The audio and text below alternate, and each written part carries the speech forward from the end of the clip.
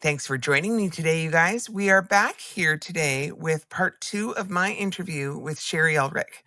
Shari was my childhood hero. Honestly, I wanted to grow up and be Shari. I knew every word to every song she ever wrote, I think, on her first 4 or 5 records. And Shari is local to the Vancouver area, but she hails originally from California, and she has played. She's had a fantastic solo career, but she's also played in collaboration with Bill Henderson and Roy Forbes in UHF, Barney Bentall and Tom Taylor in BTU, and more recently the High Bar Gang with Barney Bentall and Colin Nairn. And she's had a couple of Juno Awards and some, Canadian Folk Music Award. She's got a star down on Granville Street, and she's in that sort of folk pop genre. She's had a really, really long career. She has worked for 23 years leading the Bluebird North song series for the Songwriters Association of Canada. And she's just had a really, really interesting career. And I can't wait for you to hear more. So let's go. Do you want to talk a little bit about the songwriting piece of things? You've done a lot of work with the Songwriters Association of Canada, hosted Bluebird North for 28 years. You've taught songwriting workshops. I can't imagine a better person to talk about songwriting. So what do up-and-coming artists need to understand about the life of a song, both the creative and maybe the mechanical too, but from writing or co-writing, registering, licensing, onward, all the things. I know it is. And you don't have to go, crazy deep on it, but Whoa, that's a big subject. Okay. Well, I'll start with some of my basic feelings about songwriting. We talk about verses and choruses and bridges and the structure of things. And the structure is there because human beings do like patterns. They respond really well to patterns. And that's certainly true in music, where you have an innate sense, you don't think of it logically as a listener, but where you're ready for it to rhyme. Right. And when it does, there's something so satisfying about it.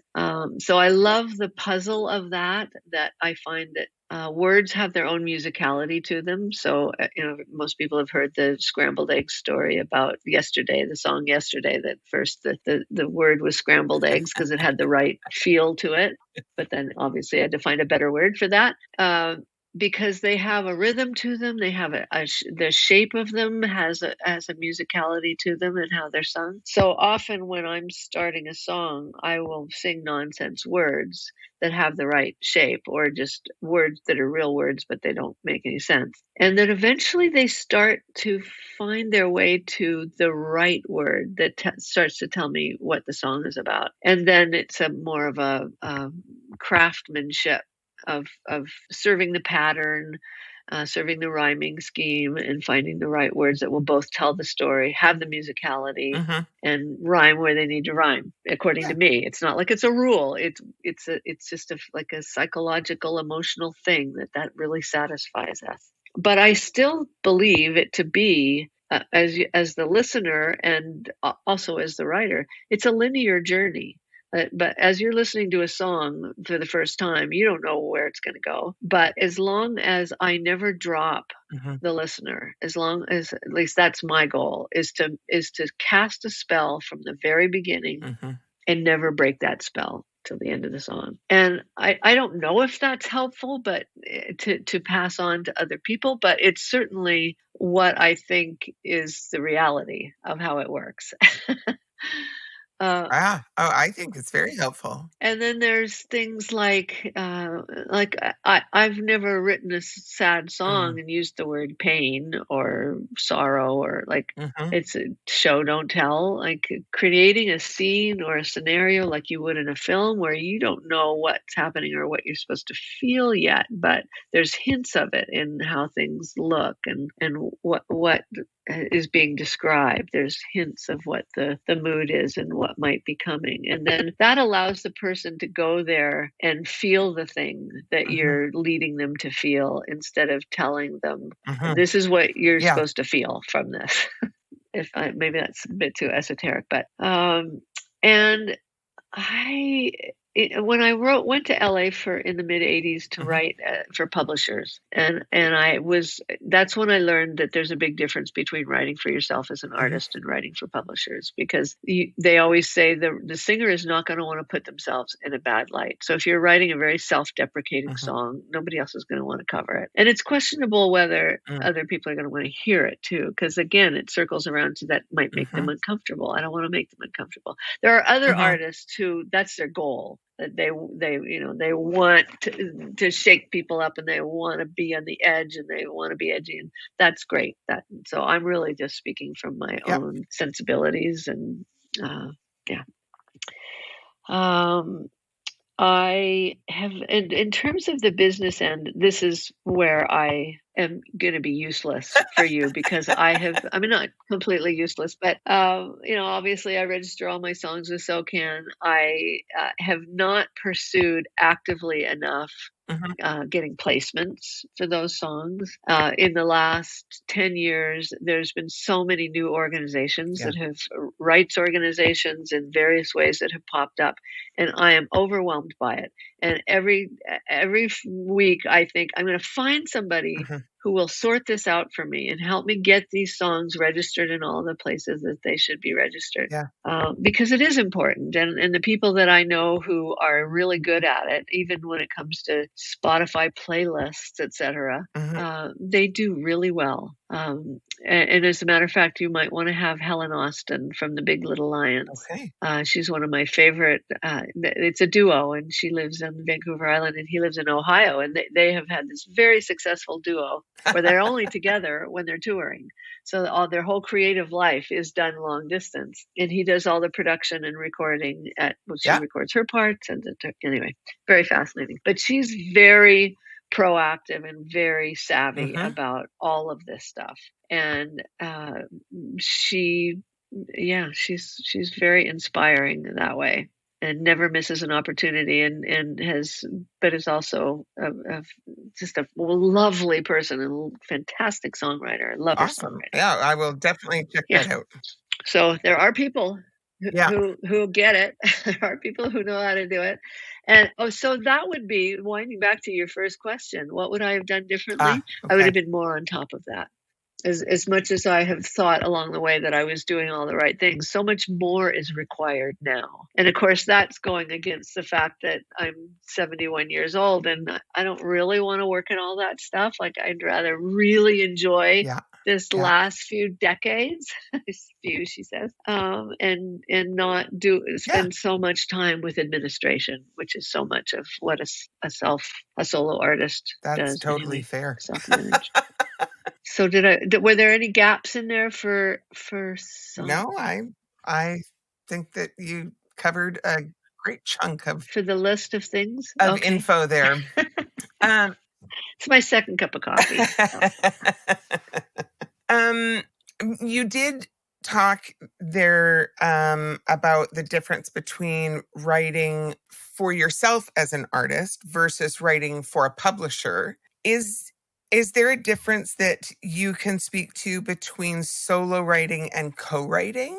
Or is that a thing that you've like, I mean, there are obviously different processes, but Only in the context of my reticence to be a co-writer, which is really not something I am proud of. And it's one of those things that has on the list of things that scare me Mhm. that I haven't said an unqualified yes to. And it's partly because, well, I have no good excuse for it. Like, it very well could be that if I had opened up myself to that all the way along, that I could be way more successful than I am as a songwriter. That's quite possible. But from Yeah, woulda, coulda, shoulda, who knows? yeah, it's possible. But as a solo artist, I have felt that the one thing that we have, because it's very easy, especially with the glut of artists out there right now, it's very easy to think that you hear other people and you think, "Oh, I could never do that. They're so much better than I am," or they have this great success with songs, and you think you're going to have that. But the one thing that we have over everyone else is that we are us. We are unique, and that's the one thing that I can always hang on to, that I will create something that is uniquely me. So I have had this sense that perhaps if I were to be writing with other people, that I would water that down somehow. Ah, okay. So Mhm. I'm going to take from that then, if co-writing isn't your favorite, that the like the trio things like UHF and things like that, that you guys all came together with your own solo written songs as opposed to writing together and then just performed them all together. Yeah. Yeah. That's correct. Yeah, we've Hmm. always done a lot of arranging together, which is a very fun part of it. Okay. But no, we have not Well, co-written. Yeah, and as I said, it's not something I'm the least bit proud of. I feel like I'm a wuss, but it hasn't been. Well, I guess there's been the odd right. offer, but always like hypothetically, not like here we are with our instruments. Let's co-write. I don't think I would say no in that situation. Uh-huh. I did a little bit with Bruce Miller. I'm just remembering this a little bit with Bruce Miller. I'm I find the creative Hmm. process is a little scary to me. And so to do that in front of and with someone else, but I have a feeling that Yeah. it's all depends on who it is. And if it were the right person, I mean, I'm so comfortable with so many of my peers, and I do find it's easy to get comfortable with people, so it probably wouldn't be a problem. I'm just going against everything I said You're about talking saying yourself yes. into a co-write situation. But I think that I understand what you're saying, that the process of creativity is actually can be a very vulnerable one. And so to open yourself up to do that in the Yes. presence of anybody else, I understand the hesitancy there, because that's it's a very vulnerable situation. So it's not uh some people get very good at doing it and it becomes very I don't know, business-like to do it. It's just it well, and for some people that is what they do. They just professionally Yeah. co-write for publishers and that kind of thing. Yeah. Right. But Yeah. I think It's like anything for else. people who Yeah. primarily write for You could. themselves, that is a different kind of vulnerability because we're typically writing our own stories. So opening that up to Yes. participate with somebody else, that's yeah, that has to be the really right situation. You just triggered another songwriting story. Great. In there's been a few of the workshops that I've done where there will be somebody who presents a song, and you're not really sure what it's about or what they're trying to say, and we'll say, so what is it song about and what are you trying to say? Mhm. And they'll tell this incredible story with many layers and depth and again vulnerability, and you say, Mhm. that write that, that's the song to write. That there can be a sense of thinking that it has to be very obscure so that you're not really saying Mhm. what the experience was that you're writing from. Yeah. Well, I think people don't necessarily like from an audience point of view, I think people don't necessarily understand that writers are, depending how they write, basically singing their diary to you.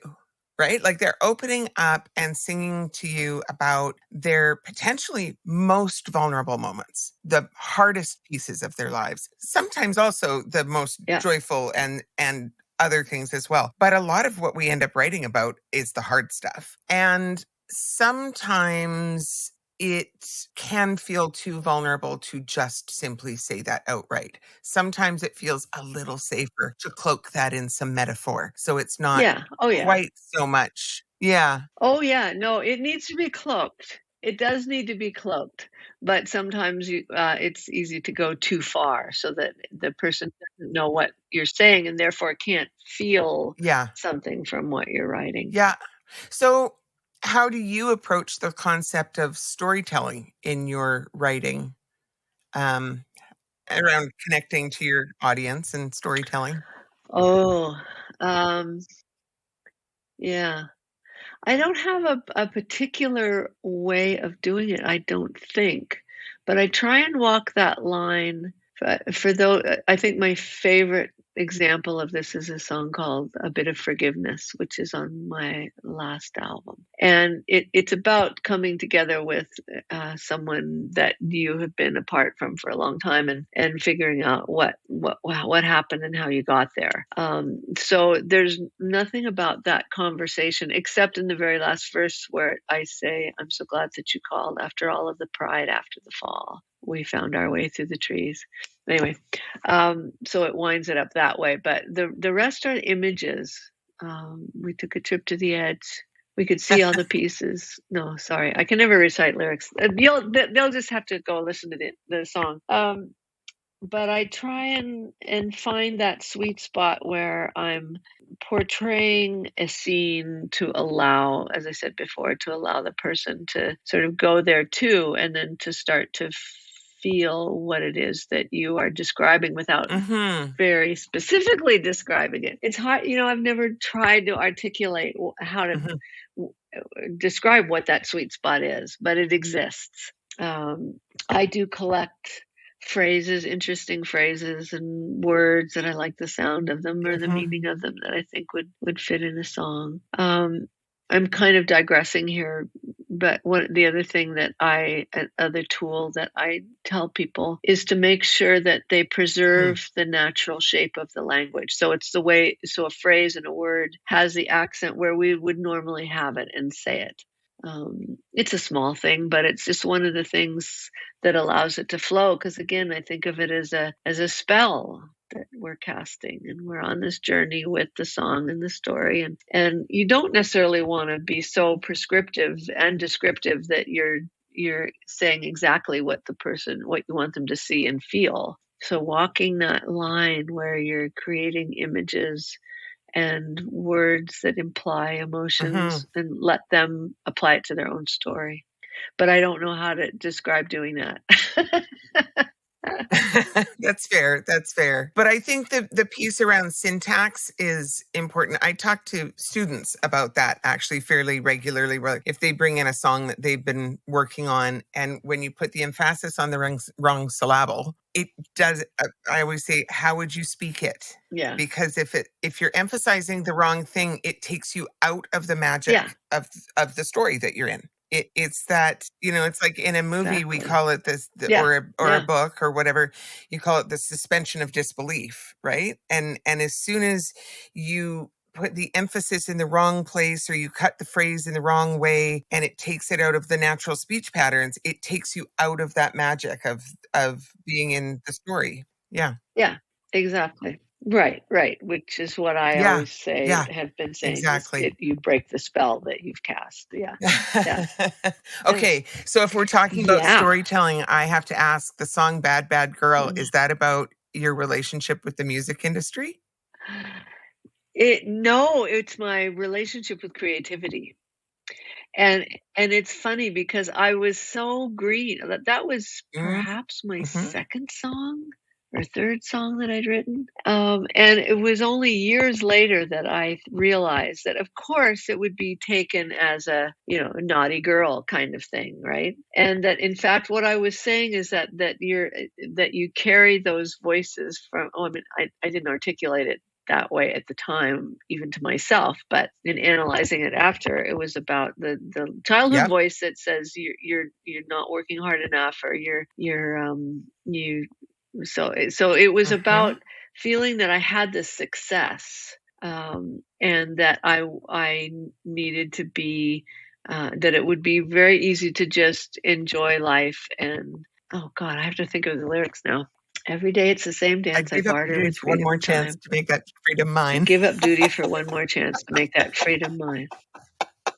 Oh, yeah, I should ask you, you'd remember. I know it looks so easy, everything has its price. Yeah, feeling like I Mhm, was getting this it was sort of an easy ride, but that I could not have it without buckling down and doing the hard creative work, and my Uh-huh. tendency to avoid that hard creative work. There you go again, shaking your finger, trying to make me face this lingering feeling I've got. Yeah, Yeah. that's sort of because we're so hard on ourselves all the time. I mean, I was kind of my head ahead of my time with the self talk. Trying to talk about the downfall of the self talk and the negative self talk.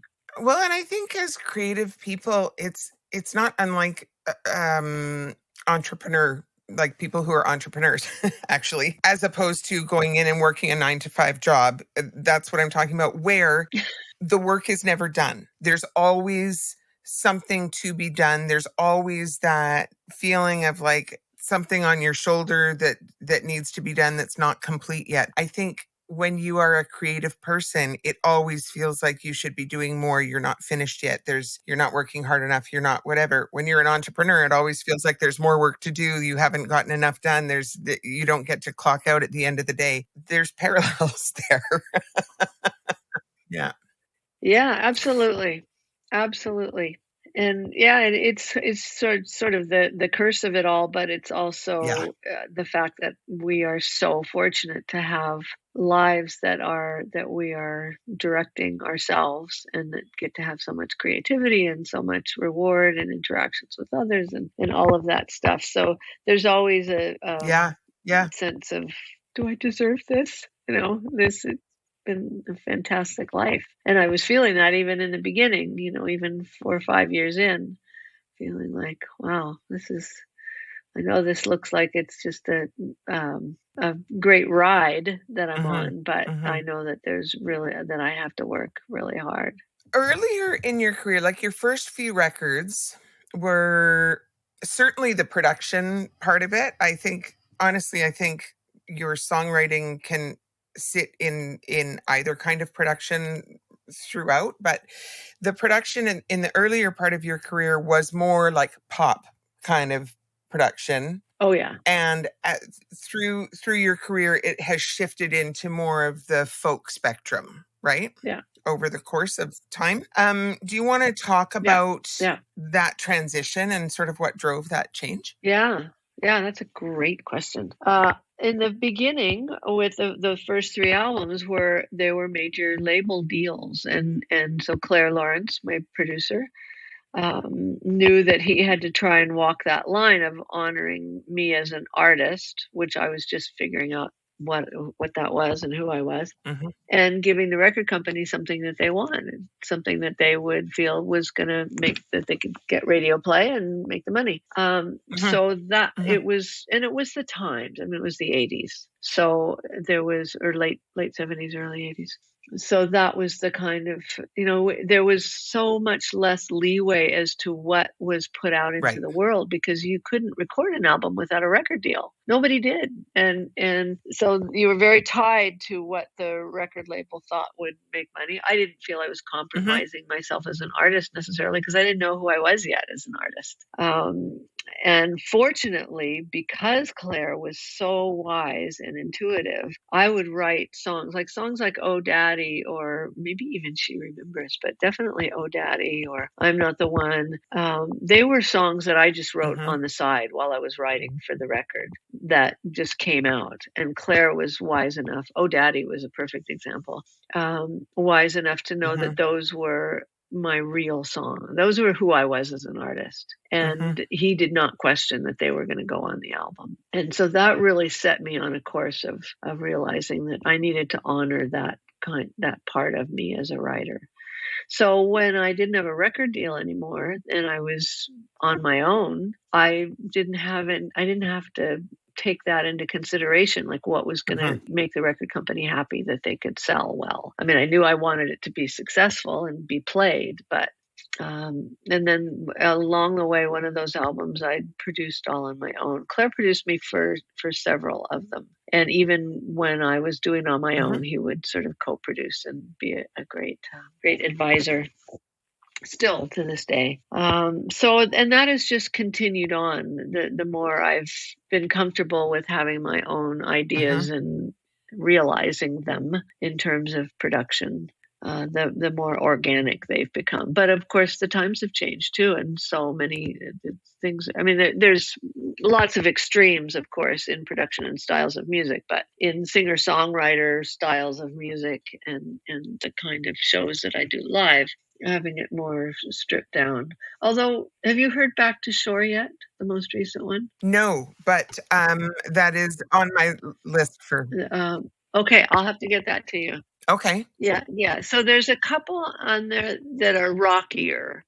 Um, and No. those aren't the ones that I end up playing live or that end up being requested. It's Yeah. usually the more heartfelt ones. I mean, I always feel like I should have balance on a recording of some uptunes, like Yeah. not having an whole album of ballads. But they don't come as easily to me, and I don't know how to make them as Yeah. I deep, I understand guess. that. Yeah. So that transition was definitely purely because of going from Yeah. having a major label deal to being an independent. And let's talk about the realities of life on tour, because you've spent a lifetime on tour, right? Yes, you have. And Yes, I have. yeah, All different ways too. Yeah. and it really has an impact on your body and your voice. And I think from afar, it can look quite glamorous. Right. Yes, it can, and it probably can be. Like, there's that upper echelon of artists who, if they don't make themselves stupidly sick with drugs and drink, they can Right. have a pretty healthy, cushy life on the road. But on the level that I've done it that way, not with the drugs and the drink, but I've done it that way, and I've Yeah. done it by myself in the car with the dog. I mean, I've done the whole gamut. And right now, it's usually flying to somewhere else and renting a van and touring from there. I find Yeah. I love being on the road. I love being in new areas. I love going out for a walk, which I'm going to do as soon as we're done here in this beautiful rural Alberta. And I love Mhm. the routine of it. Like I'm definitely somebody who thrives on routine, which is ironic because there is none in really, unless you're on the road Mhm. or maybe in a recording studio for a week long. I had it when I taught at UBC, and I had a regular schedule Mhm. and a regular paycheck. I love that. But otherwise, the only time you get it is on the road, and I really thrive on that. I like to know what I know.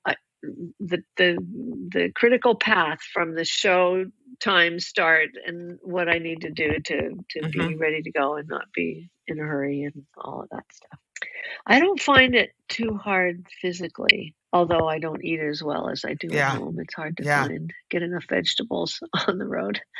Harder, takes some real intention. Mhm. I'm not great at specifically looking after my voice. And I don't say that proudly. Again, I'm not setting myself as an example, except a bad example. Do you have any sort of routine around your voice No, and performance? No? It is what it is. no, I don't, and I know I should. Well, and I think that I'm coming around to needing that again Yeah. because I'm not playing a wind instrument that keeps me sort of trained to sing from farther down. I'm I find myself wishing that I had a few more tricks if my voice Right. starts to get tired during a show. And I will say that the one thing that I've had to stop doing is hanging out with Yeah. the crowd in any way in between sets because talking or even after a show if I've got a string of shows because talking in a loud room is the It worst. You sure think is. you're talking like we're talking here, but really Mhm. you're yelling the entire time. So I've had Yep. to just bow out of That those. is great self-care, actually, I try and build days for off. your voice.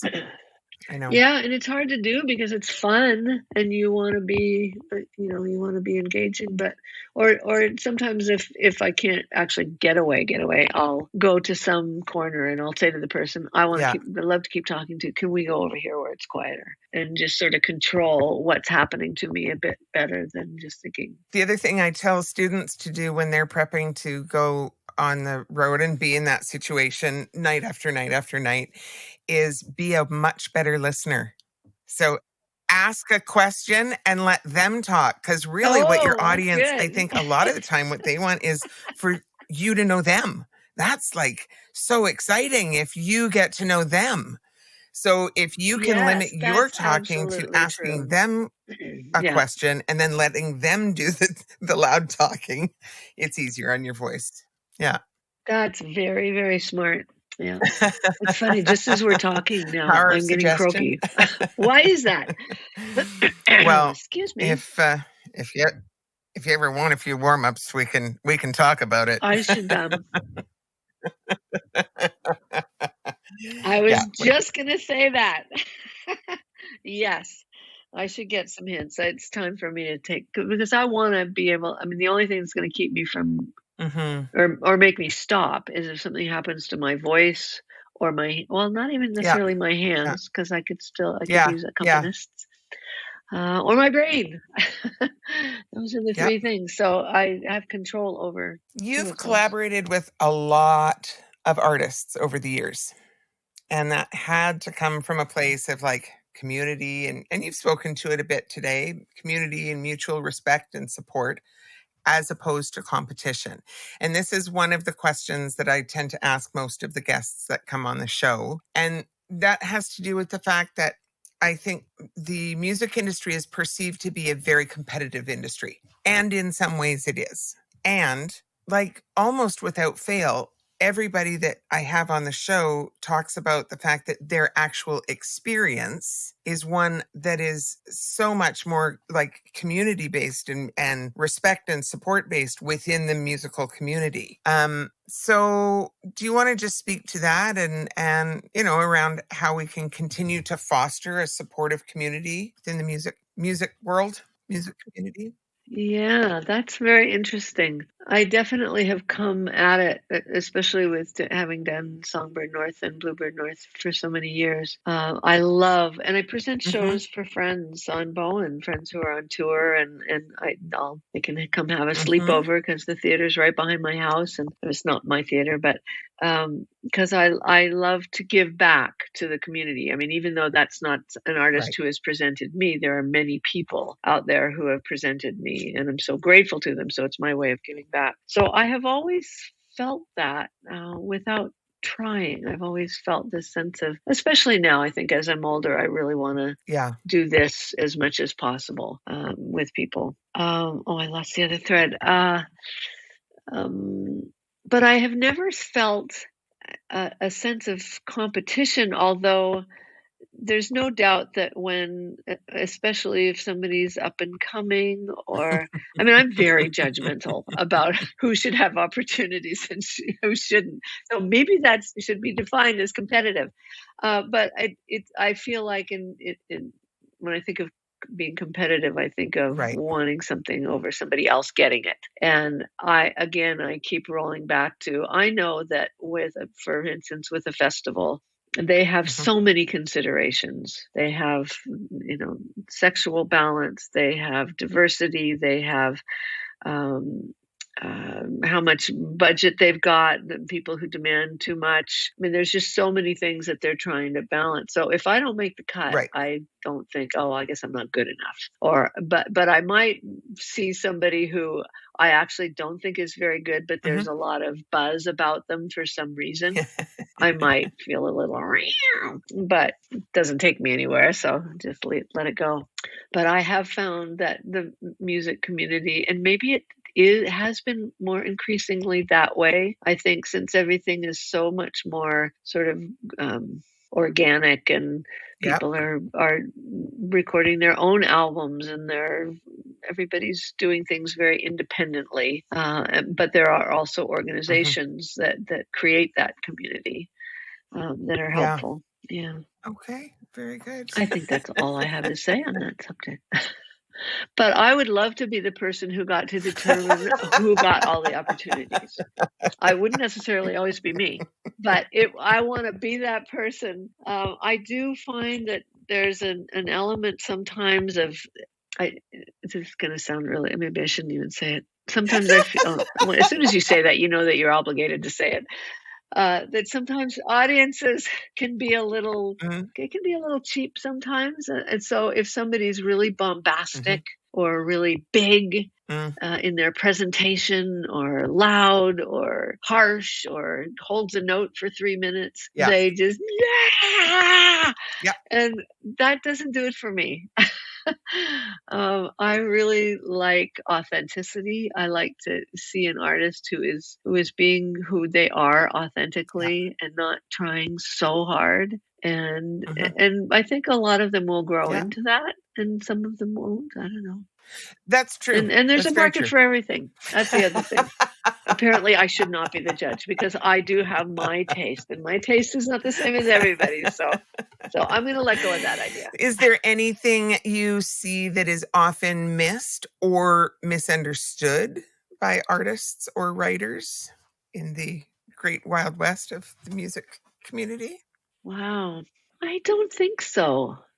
I think audiences are very sophisticated now in Mhm, their. I do think that they're hungry for authenticity, and they like to be comfortable. They like to laugh. They like to mhm, hear stories that reflect their stories. And I think they're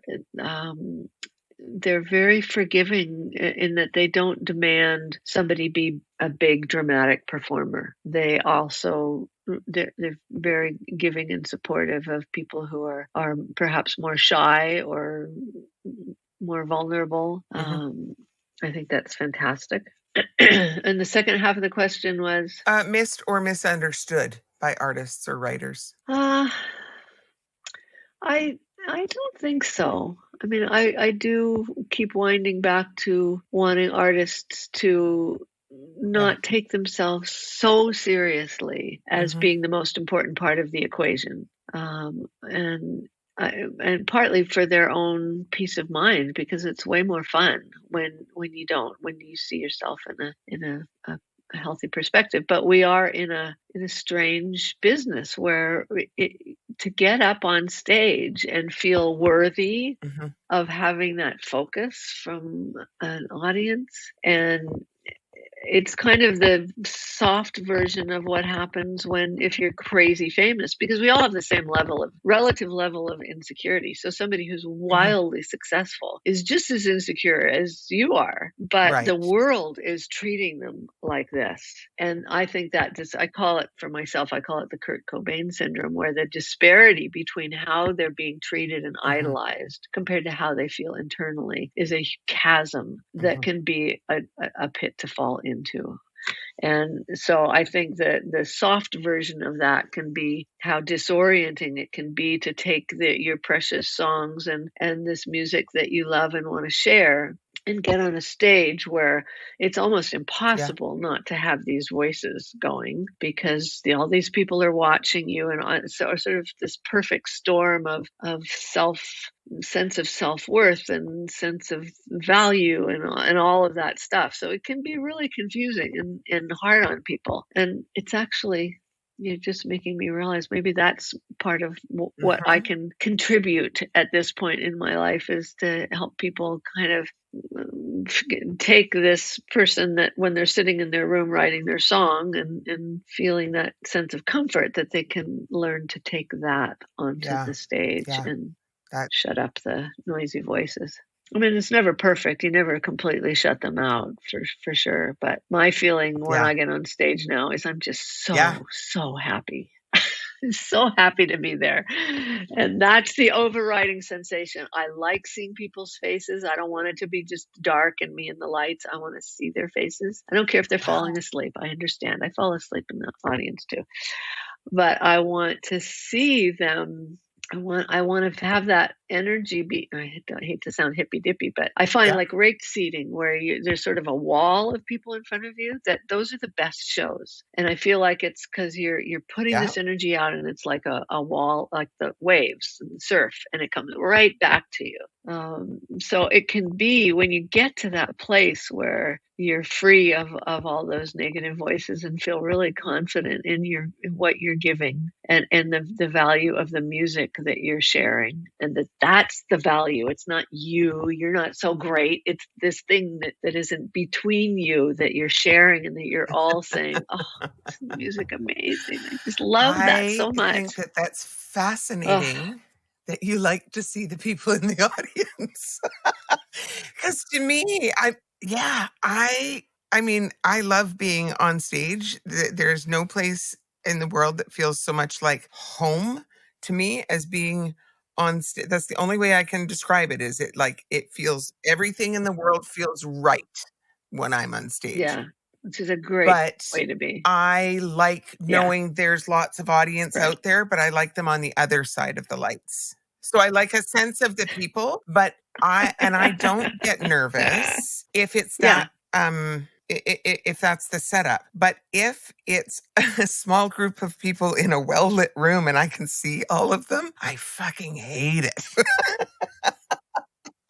It'll make me just wanna throw up, and especially if I know Oh, them. we're definitely very That's the different. worst. Like, if it's a performance situation and it's a group of people and I can Oh, see yeah, them all and I know them and they're fucking yeah. musicians.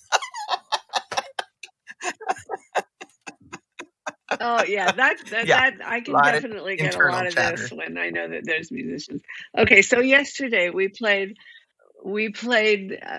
basically a house concert, but it's Yeah. a purpose-built home that a musician here who built my violin, actually, Chris Sandvoss, built specifically to have concerts. And it's like a Wow. cathedral. It's just so beautiful. He can fit about 113 people in there, so they're packed in. But it was a matinee, and there's Yeah. windows. So it was very bright for the audience and for us.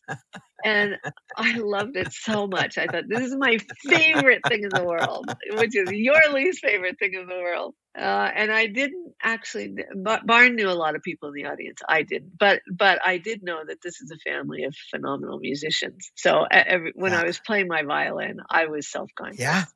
That part was, oh god, There is a every thing time I about said, I don't playing know. in front of other Anyway. musicians that you, because I think that we we know what we do. We know how we judge other musicians. And therefore, we expect that they are doing the same to us, and Yeah. they probably are. That's, to me, that's why it's so nerve-wracking. Yeah, yeah. Yeah. Yeah, I think I've just made such good friends with my limitations, and knowing that I am not a world-class player in terms of an actual skill on my Mhm. instrument. So I'm okay with that now. So but on the violin Mhm. is different because I want to be better on the violin, and I know I could be better on Mhm. the violin. Yeah. So there is some self-consciousness there. It is. Yeah, it's fascinating, isn't it? I mean, I do find that the whole thing of performing it's just not something people normally do. I mean, there's public speaking. If I'm doing public speaking, that's nerve-wracking. I find that nerve-wracking. There's been a huge shift for me in terms of speaking over the last, I don't know, maybe 5 years or Oh, so. good. Where it used to be the thing that made me want to vomit more than anything else in the entire world. Like, public speaking was just the worst thing I could imagine. And I Oh, wow. don't know. I've done a fair bit of teaching over the last, I don't know, 5 to 10 years, maybe, in different sort of classroom situations where I've had to be in front of a group of people. And yes, it was a subject where I knew what I was talking about, but it is a form of public speaking. And my relationship with it has completely done a 180. And now I actually love it, which I never expected. Ever, ever did I expect it. Oh, cool. Yeah. Yeah, isn't that great? Well, that's very inspirational because we think that whatever we feel or whatever we feel Yeah. limited by is always going to be thus, but it's We do not true. indeed. We do We do. change, we do evolve. Yeah, Um, thank goodness. so especially being someone who plays so many different things and sings and you've worked with a lot of people, what's the most unexpected way you've used your talents in the course of your career? Whoa. I know I'm going to come up with the perfect answer after we finish. Almost. Yeah. I guess in theater, singing and dancing in Tapestry. Tapestry didn't have dialogue, Yeah. but there was a lot of choreography. Um, oh, well, Yep. there have been many offshoots, and this might seem.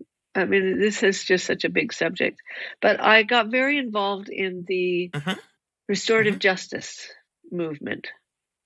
Having been a victim of Mhm. crime, a victim of a sexual assault and stabbing, when I was sort of in some ways at a peak in terms of public notoriety, and I did not want to Mhm. be quiet about it. Having is one paper reported that I had been injured, and another one had reported that an unnamed Mhm. woman had been raped and stabbed, and this is on Salt Spring Island, right? So I knew that the public would put it together, but in those days Mhm. they did not publish the names of rape victims, and I felt that Mhm. this was not my shame, and I felt that it was important for women to know that and it was not, I was not targeted. Mm. It wasn't that he didn't know who I was, and I wanted women to be more aware than I was, and because there were moments where I could Mm. have listened to my Yeah. instincts and didn't. Anyway, I wanted to be able to talk about it. So I was honest and shared that, and Yep. I have always talked about it when it was There you appropriate. go. I Yeah. didn't think today was, but Absolutely. it turns out it is.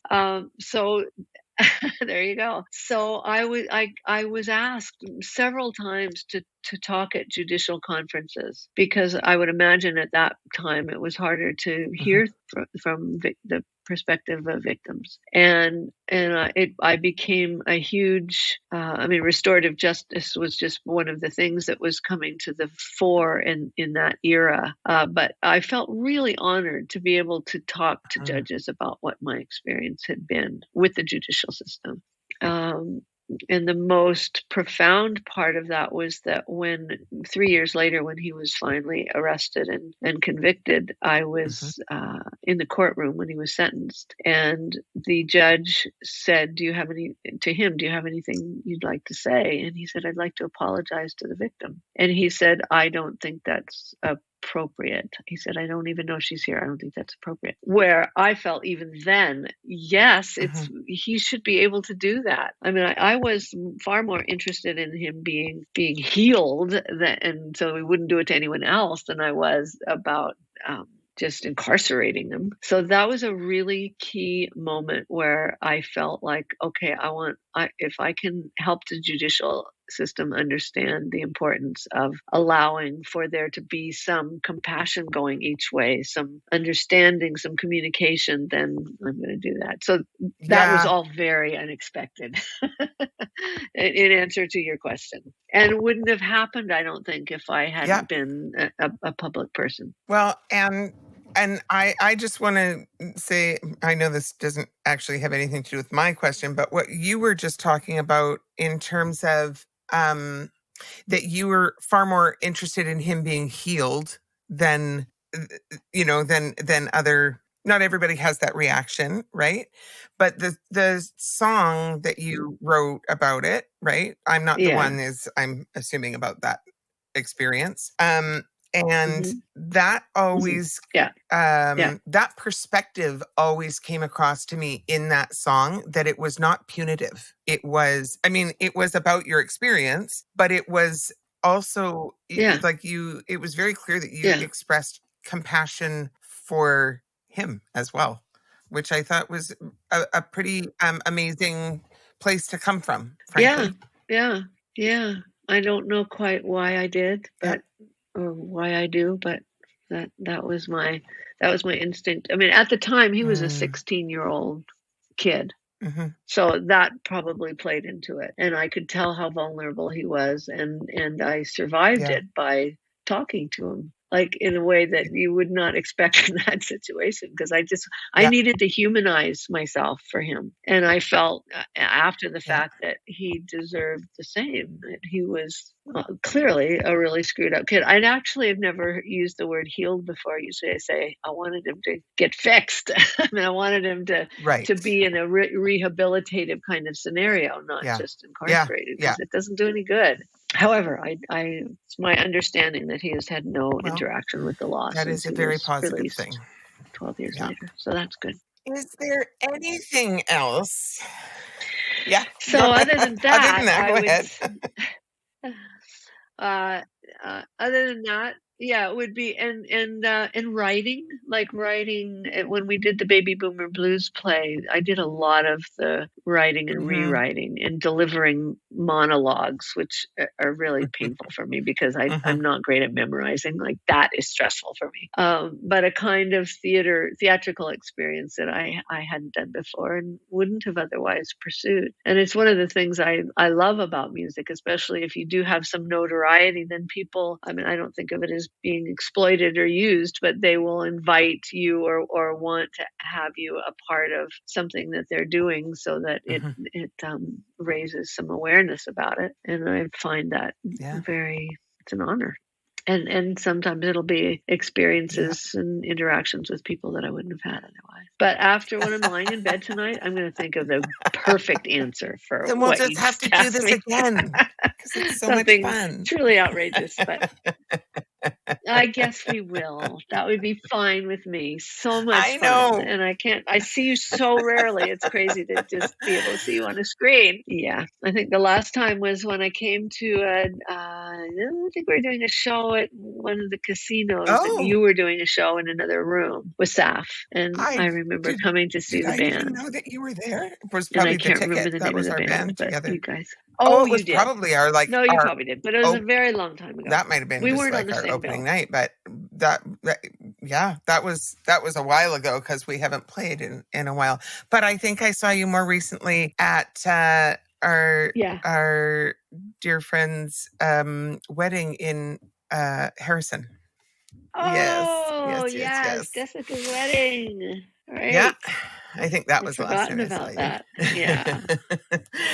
Yeah. So as we wrap up today, oh, Yes, well, yes, Jane she looms does. large in No, both no, of not our at all. lives. Jane Oh, Jane sorry. does definitely I is said a yes. pivotal figure in my life and I know has been a long time constant in yours. Yeah. Yeah. So, yeah.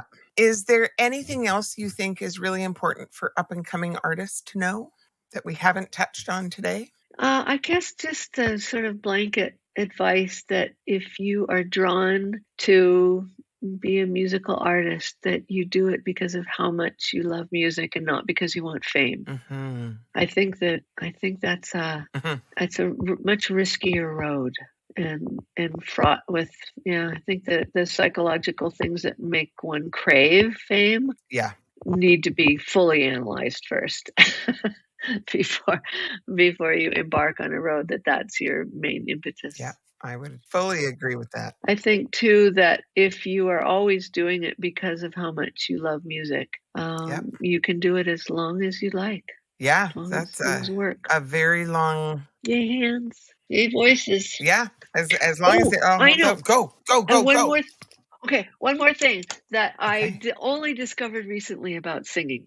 And it was such an epiphany for me. I learned that if I Zen like focus only on the lyrics that I'm singing, the meaning of the words, the message that are in the lyrics, first of all, I assume I'm probably more interesting to look at because it's in my face. It's in my less so in my body because I'm usually holding an instrument, but I'm expressing them, not just singing them, but I'm expressing them. But the epiphany part was that I sing way better if I'm only focusing on the words that I'm singing. One more thing I just thought of that is a recent epiphany for me, so I wanted to share it specifically with you because of the work that you do.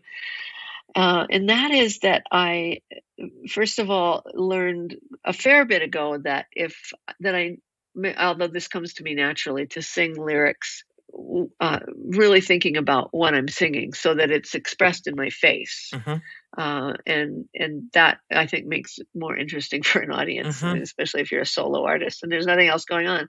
But also because I think the words are really important. So when we talk, we use our facial expressions, but people don't often when they sing.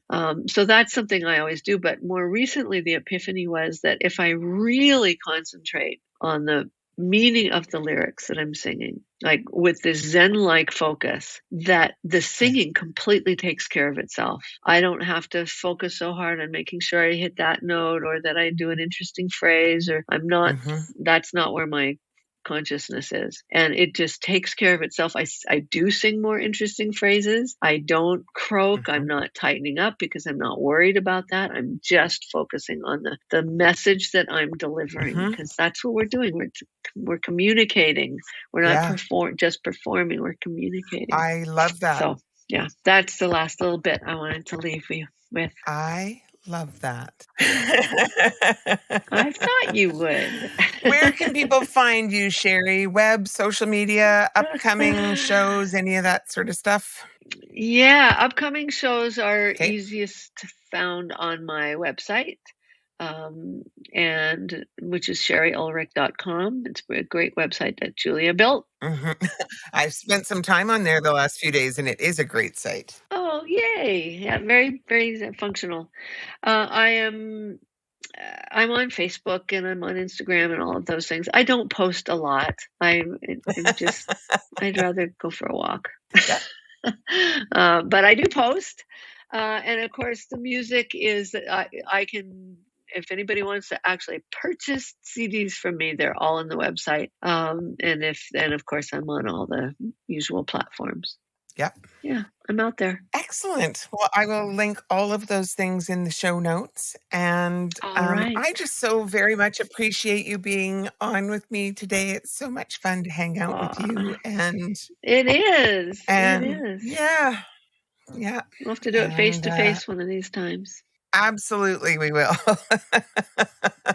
Absolutely. Yeah. Thanks for doing this. It was really a pleasure. Truly. Well, I've had so much fun today. Thank you, Shari. Good. Okay. Okay. Someday we'll do it from my actual bedroom next time with a Oh, ring light. hey. I'm actually much healthier than this gray pallor conveys. All right.